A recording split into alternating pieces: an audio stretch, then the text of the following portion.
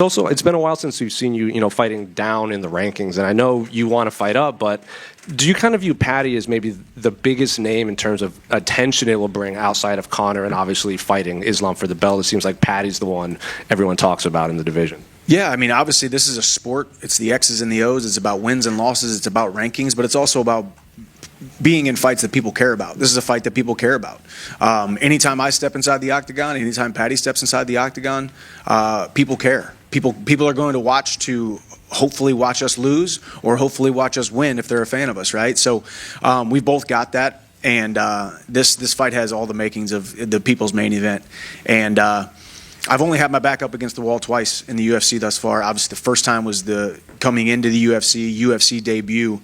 I had everything to gain, but I had a lot to lose. And obviously, we saw how I finished Dan Hooker in 2.5 minutes, and then a couple fights later, back up against the wall against Tony Ferguson, who was ranked number 7 or number 8, and I was number 5. And it was a kind of a risky situation. And then we all saw the KO of the year, Sports Center #1, top 10. So I thrive in these moments, and I believe Saturday night will be very similar to the last two. And then the other name that you're constantly, kind of linked to is obviously Conor. Just a quick one on that. What do you think of his presidential bid for Ireland? I think you should vote. I think you should vote for Conor McGregor for president of Ireland if you're a resident of Ireland. No, I mean, I don't know. You don't know what's up with, what Conor's thinking. He's got, you talk about me, burnout and busy and whatnot. I mean, that guy's got his hands in 1,000 different things, for better or worse. So I think, we'll see what happens. It could just be a political stunt. Could just be for attention. Not a bad move if it is, and we'll see. And then last one, what do you make of Paddy during this fight week? He's a guy who sometimes has beefed with opponents, sometimes beefed with fighters that he's not fighting, but you guys have been very, very cordial. Is this what you expected? Not necessarily. I didn't quite know. Thank you. Sorry, it's measured out perfectly. Can't drink this one. I wasn't sure, honestly, what to expect, to be honest with you. I know he's got some funny trash talk. He likes to get in the mix. He's not afraid. He's got that Scouser accent. But ultimately, Paddy and I have crossed paths many times. After I was at his fight against Ferguson, I came up to him, congratulated him, because why not? Even if he's in my weight class, even if I knew he was a young, hungry star on the rise, could be coming to be sitting right here someday to fight me, the sport's about respect, and I respect the heck out of him. And he was like, I wasn't able to do what you did to him, but I got the win. And I was like, hey man, you did great. We're very cordial. We don't need to hate each other to go out there and try to steal the show. Chandler versus Pimblett is the people's main event, and we will steal the show on Saturday night. And we'll shake hands and maybe share a pint after.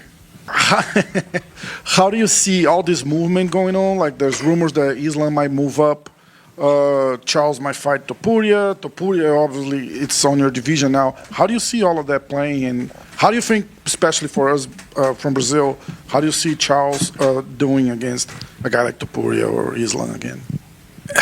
It's tough, man. If I'm thinking with my heart, I want Gaethje to get a shot. Gaethje being the #1 guy, and then putting that #1 ranking on the line against Max Holloway for the BMF belt, and then losing that, so then he drops down a notch. Charles and I were #1 contender fight, but now you got Topuria coming up. You got Poirier retiring. You got Islam talking about going up to 170.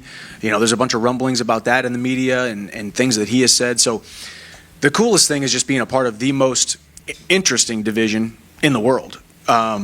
It's interesting from all the things that you just mentioned, I just mentioned, but it's also interesting because every single one of those guys shows up to fight. Charles is a consummate professional. Even though I've lost to him, I don't hate him. He just did his job, and I respect the heck out of him. And